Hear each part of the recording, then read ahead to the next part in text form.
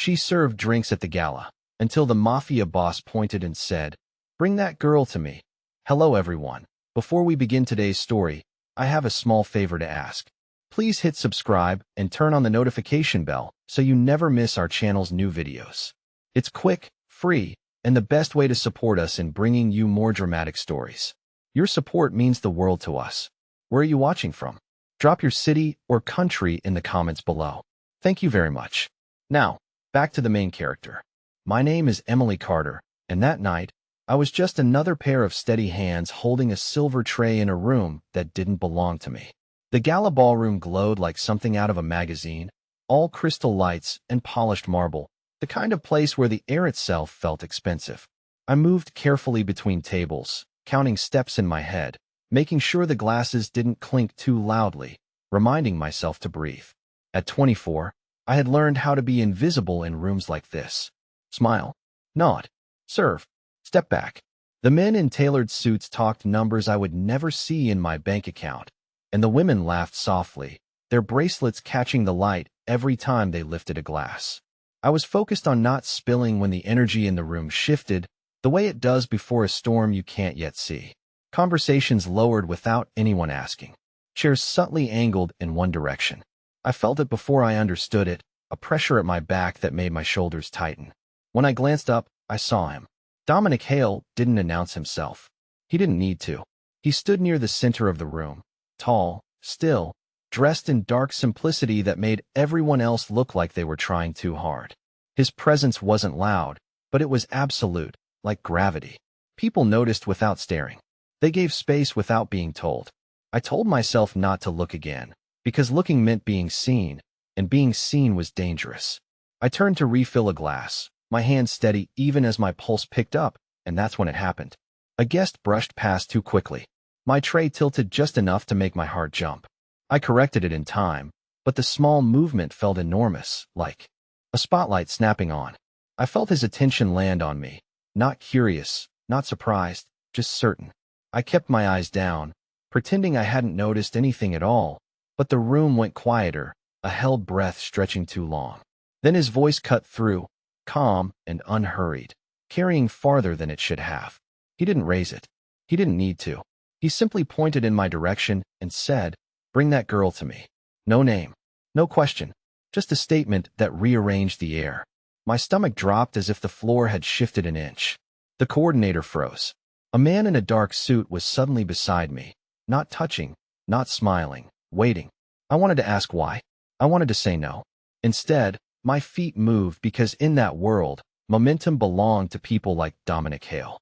As I walked toward him, every step felt louder than the last, my tray forgotten, my heartbeat counting seconds. I stopped a few feet away, close enough to see the focus in his eyes, the way he took in details without effort. He looked at me like I was already part of a decision he'd made long before that night. And standing there, under the chandeliers and the weight of his attention, I understood something I couldn't yet explain. Whatever life I had before that moment was already slipping out of reach. Dominic Hale did not ask me to sit, but the way the space around him worked made it clear where I belonged, standing just within reach, close enough to hear him without leaning in. Up close, the details sharpened. The faint scent of clean soap and something woodsy. The calm in his posture, like he had nowhere else to be. He studied me the way people study contracts, not hurried, not impressed, just thorough. I waited for a question. Instead, he spoke my name. Emily Carter. He said it once, evenly, like he had been saying it in his head long before that night. My stomach tightened. I did not remember giving it to anyone. I asked how he knew it, and he tilted his head slightly, considering whether the answer mattered. "You work 3 nights a week," he said. "You take the bus home. You leave your shoes in your locker because they hurt your feet after 8 hours." None of it was said with menace. That somehow made it worse. I told him I was just doing my job. He acknowledged that with a small nod, like we agreed on the weather. Then he asked if I understood where I was. I looked around at the crystal glasses and the men who pretended not to watch us, and I said yes. He corrected me gently. "You are not at the gala anymore, Emily. You are at my table." The words settled slowly, rearranging my sense of scale. He gestured to the empty chair across from him, and this time I sat, my hands folded in my lap, because I did not know where else to put them. I expected a warning or a threat. What I got was a pause. He let silence do the work. When he spoke again, it was to tell me that I had heard something earlier that did not belong to me, not as an accusation, but as a fact. I started to deny it, reflex more than strategy, but he raised one finger, stopping me without touching me. "Do not insult us both," he said calmly. I swallowed and nodded. He asked if I was frightened. I said yes, because lying felt pointless. He accepted that too. Fear means you are paying attention. That is not a weakness. He leaned back slightly, creating space, not closing it, and I realized he was giving me something I had not expected. A choice, but only between paths he had already mapped. He told me I could finish my shift and go home, and the night would end badly for me, not because he would do anything, but because other people noticed what he noticed. Or, he said, I could leave with him, quietly, safely, and tomorrow my life would still be intact, just different. The word different hung there, heavy and undefined. I asked what he wanted from me. His eyes did not soften, but something in them steadied. "I want you where I can see you," he said. "I want you protected until this is no longer a problem." I said that sounded like ownership. He did not deny it. "It is responsibility," he replied. "Ownership implies neglect. I do not neglect what I claim." The logic was cold and precise, and that scared me more than shouting ever could. Around us, the gala resumed its rhythm, laughter swelling back into the room, the moment already being forgotten by everyone except me. A man in a dark suit appeared at Dominic's shoulder, silent, waiting. Dominic stood, the decision already made in his posture. He looked down at me one last time. "You can walk out of here on your own, Emily," he said, "or you can walk with me. Either way, this night will follow you." I stood because my legs moved before my fear could catch up, and as I stepped closer, I knew I was crossing a line I would never be able to redraw. The car waiting outside was longer than my entire apartment, black paint reflecting the city lights like it absorbed them instead of shining back. I slid into the back seat because the door was already open and because hesitation felt useless now. Dominic sat across from me, not beside me, giving me space I did not ask for but needed. The door closed with a sound that felt final, and the city began to move past the tinted windows, familiar streets turning unfamiliar when seen from this angle. I watched reflections instead of looking directly at him, trying to slow my breathing. He did not speak right away. He let the distance between the gala and wherever we were going stretch, as if testing whether I would fill the silence with panic. Eventually, I asked where we were going. "Somewhere quiet," he said. "Somewhere you will not be interrupted." That answer should have frightened me more than it did, but exhaustion crept in, dulling the sharp edges of my fear. My phone buzzed in my bag, a message from my supervisor asking why I had disappeared. Dominic noticed the sound and waited. I typed a brief response with fingers that did not feel like mine, apologizing, saying I was not feeling well. When I looked up, he was watching me with an expression that was not judgmental, just attentive. "You did not owe them an explanation," he said. I shrugged because explaining my life felt impossible. The car turned, crossing a bridge, the river below dark and smooth. Dominic asked about my apartment, my roommates, my schedule. I answered carefully, measuring words like they might be used later, but he did not push, did not interrupt. When I stopped talking, he filled in the gaps himself, not with guesses, but with facts. "The building you live in has a broken lock on the side door," he said. "The streetlight across from it flickers. You walk faster there." I felt heat crawl up my neck. I asked if he had been watching me. He corrected me again. "I have been aware of you," he said. "There is a difference." The car slowed and turned into a private drive that curved away from traffic, the noise of the city dropping away until it felt like we had stepped into another version of it. We stopped in front of a building that did not announce itself, stone and glass, quiet confidence instead of flash. Inside, everything was soft light and clean lines. No clutter, no personal photos. It felt temporary and permanent at the same time. Dominic gestured for me to sit on a couch that looked like it had never been used. He remained standing, jacket unbuttoned, relaxed in a way that made me more aware of my own tension. "This is not a prison," he said, as if reading the thought from my face. "You are free to leave." I laughed quietly because the sound slipped out before I could stop it. He did not smile. "Freedom is relative, Emily," he continued. "Right now, freedom means you sleep somewhere safe and wake up tomorrow without consequences you cannot see." I asked how long this would last. "As long as it needs to," he said. I asked what he expected in return.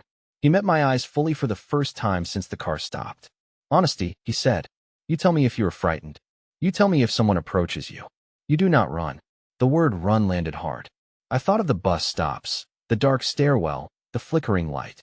I nodded once. He seemed satisfied. Someone appeared silently to offer water, then disappeared just as quietly. Dominic moved toward the door. Get some rest, he said. Tomorrow will feel clearer. As he left me alone in that quiet room, I realized the most unsettling part was not that he had taken control of my night.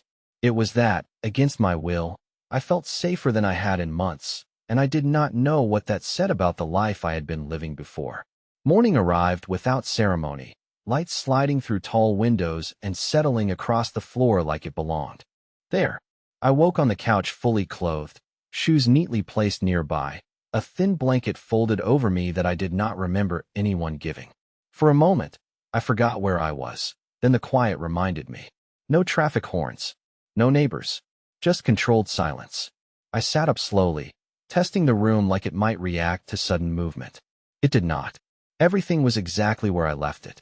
A glass of water waited on the table, untouched, condensation gone. I checked my phone. No missed calls beyond a few messages from coworkers asking if I was okay. Dominic had kept his word. No interruptions. I stood and walked toward the windows, looking down at the street far below. People moved like they always did, unaware that my entire sense of normal had shifted overnight. A door opened softly behind me. Dominic entered without sound, jacket gone, sleeves rolled to his forearms like this was just another morning. He looked rested, in control. He asked if I slept. I said enough. He nodded, accepting that answer the way he accepted everything, without commentary. Breakfast appeared shortly after, simple, thoughtful, nothing extravagant. He sat across from me, not at the head of the table, another deliberate choice. I asked what would happen today. He told me I would not go to work. I objected immediately, words tumbling out about rent and schedules and how disappearing raised questions. He listened without interrupting, then said my shift had already been covered. I asked how. He said he made a call. The ease of it unsettled me. I told him I did not like decisions being made for me. He held my gaze. You are allowed to dislike it, he said. You are not allowed to be exposed because of it. The conversation settled there, not resolved, but acknowledged. He explained that people connected to the gala would be curious, that curiosity led to attention, and attention created risk. He did not dramatize it. He did not need to. I asked how long he planned to keep me here. He corrected the phrasing gently. You are not kept, Emily. You are staying. There is a difference. I said it felt like a thin one. He did not argue. Instead, he laid out boundaries with the same precision he applied to everything else. I could leave the apartment with notice. I could call anyone I wanted. I could say no to him, and he would respect it, even if he did not like it. In return, I would tell him where I was going and with whom. Transparency, he called it. I called it supervision. He accepted that too. Later, he offered to show me the building. I declined, needing space more than reassurance. He did not insist. He left me alone again, trust given without ceremony. I spent the afternoon pacing, touching the smooth surfaces, noticing how everything felt intentional. I thought about my small apartment, the flickering light, the broken lock. I hated how clearly I could see the contrast now. When Dominic returned in the early evening, he brought a folder. Inside were copies of my lease, my schedule, even a map of my usual routes. He watched my reaction carefully, not defensive, not apologetic. This is what awareness looks like on my side, he said. On yours, it looks like honesty. I asked him what he wanted this to become. For the first time, he hesitated, just a fraction of a second. I want this to end without damage, he said, way they never had before. The cracked concrete. The side door that did not close all the way.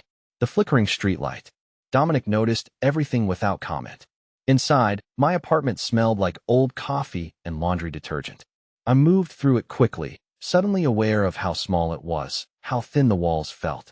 Dominic stayed near the doorway, not touching anything, a study in restraint. I packed a bag with shaking hands, trying not to feel judged by my own life. When I checked the mailbox, I found an envelope that did not belong there. No return address. My name written neatly, deliberately. My pulse spiked. Dominic saw the change in my face immediately. I handed it to him without thinking. He did not open it. He asked where it came from. I told him. He nodded once, then asked if I wanted to read it here. I said no. We left. Back in the car, the envelope sat between us like a question neither of us wanted to answer yet. When we returned to the apartment, Dominic placed it on the table and stepped back, giving me control of the moment. I opened it slowly. Inside was a single sheet of paper with a short message. It mentioned the gala. It mentioned curiosity. It suggested that discretion would be appreciated. No threat. No signature. My hands went cold anyway. Dominic read it over my shoulder, his expression unchanged. "This is why I asked you to stay," he said quietly. I asked if this was over. He did not lie. "Not yet," he said. "But it will be if we do this correctly." I asked what correctly meant. He said it meant I did not return to routines that made me predictable. It meant I accepted help even when my pride resisted. It meant patience. The word felt heavy. That evening, he arranged a call with my manager, not speaking for me, just making it clear I would be unavailable for a while. He let me listen. He let me hear how easily doors opened when he knocked. It frightened me and relieved me in equal measure. Later, as night settled in, I sat on the couch with my bag at my feet and the envelope folded away. Dominic poured water and handed me a glass, his fingers careful not to brush mine. I told him I hated that I needed this. He corrected me gently. "You do not need me, Emily," he said. "You need time. I am providing that." I looked at him then, really looked, and saw not a man who demanded loyalty, but one who understood leverage and chose not to use it against me. The realization was unsettling. I asked him what would happen if I decided to leave anyway. He did not hesitate. "I would respect it," he said, "and I would make sure you were safe until the moment you were not mine to protect anymore." The word mine lingered, not possessive, but deliberate. I realized then that the line between protection and belonging was thinner than I had ever allowed myself to see, and I was standing on it, whether I wanted to be or not. The days began to settle into a rhythm I had not chosen, but was slowly learning to live inside. Dominic did not hover, but his presence shaped everything, like furniture you stopped noticing until it was moved. Hands were shaking. Dominic watched, silent, letting the moment exist. "That feeling," he said finally, "that is why I do not allow you to handle this alone. Not because you are weak, because you are not trained to absorb pressure without it leaving marks." The honesty startled me. I asked how he learned. He did not answer directly. "Experience," he said after a moment. "And consequences." That night, I dreamed of my old bus stop, empty, the streetlights steady instead of flickering. When I woke, I realized something had shifted. The fear was still there, but it was no longer the loudest voice in my head. Over the next few days, Dominic introduced me to the edges of his world without pulling me into the center. Meetings I overheard but did not attend. Names mentioned without explanation. Patterns revealed slowly, like he was teaching me how to read a map without handing me the destination. One evening, I asked him why he trusted me with this. He considered the question carefully. "Because you did not ask to be important," he said. "People who seek relevance are dangerous. People who stumble into it need guidance." I told him that sounded like justification. He smiled faintly, the first time I had seen it. "All explanations are," he replied. The letter never came up again, but its shadow lingered, shaping decisions, delaying others. I started to notice the way Dominic watched me when he thought I was not looking, not possessive, not tender, but attentive, as if tracking whether I was adapting or breaking. One night, as we shared a quiet meal, I asked him what would happen when this ended. He did not deflect. "When it ends," he said, "you will return to your life or build a different one. Either way, you will do it with awareness." I asked if he would disappear. He met my eyes steadily. "I do not disappear, Emily," he said. I stepped back. The distinction mattered more than I expected. As I went to bed that night, I realized I was no longer counting the days until I could leave. I was measuring myself instead, trying to understand who I was becoming under this kind of watchful protection and whether I would recognize myself when I finally stood without it. The shift came quietly, the way real changes often do, without announcement. It happened the morning. Dominic told me I could return to work if I wanted. The words landed between us over breakfast, casual, deliberate. No conditions spoken, though I knew they existed. I asked if it was safe. He said safety was no longer the question. Predictability was. "If you go back," he said, "you go back differently." I understood what he meant without him explaining. That day, he drove me himself, not in the long black car, but something ordinary enough to blend into traffic. We stopped a block away from the cafe where I worked, the same one I had rushed out of after late shifts, counting steps to my bus stop. He did not get out. He did not watch me walk away. He simply said he would be nearby, not following, aware. Inside, everything felt smaller than I remembered. The counter, the narrow aisles, the familiar faces that looked at me with curiosity sharpened by absence. I smiled, answered questions vaguely, tied my apron with hands that felt steadier than they had weeks ago. The hours passed without incident, but awareness hummed under my skin, a quiet alertness Dominic had taught me without meaning to. When my shift ended, I did not rush. I stepped outside, scanned the street, noticed details I used to miss. The streetlight was steady now. The side door had been repaired. Small changes. On the drive back, I told Dominic I felt exposed and grounded at the same time. He said that meant I was learning. That night, I confronted him with a question I had been avoiding. Was this about protection or control? He did not answer immediately. He poured water, set the glass in front of me, bought time. Control is inefficient, he said finally. It creates resistance. Protection is an investment. I asked what he was investing in. He met my eyes, serious. You, he said. The word did not feel like a claim. It felt like a statement of intent. The next few days tested that intent. A message arrived through a mutual contact, indirect, polite, attempting to re-establish a line Dominic had closed. He showed it to me without filtering. Asked how it made me feel. Angry, I said, surprised by my own response. Not afraid. He nodded once. Good. Anger means you believe you deserve boundaries. That evening, I challenged him. Told him I did not want decisions made without me anymore. Told him I was tired of being managed. He listened without interrupting, then agreed. Then we adjust, he said. From now on, we decide together. The promise carried weight because I knew how rarely he made them. The change was immediate and subtle. He asked instead of told, explained instead of assumed. Let me sit in on conversations where my name would be mentioned, not as a participant, but as a presence that mattered. I saw the way others responded when he deferred to me, how power shifted without raising a voice. One night, standing on the terrace again, city lights stretching endlessly below, I asked him if this was how he treated everyone under his protection. He shook his head. No, he said. Most people want certainty more than agency.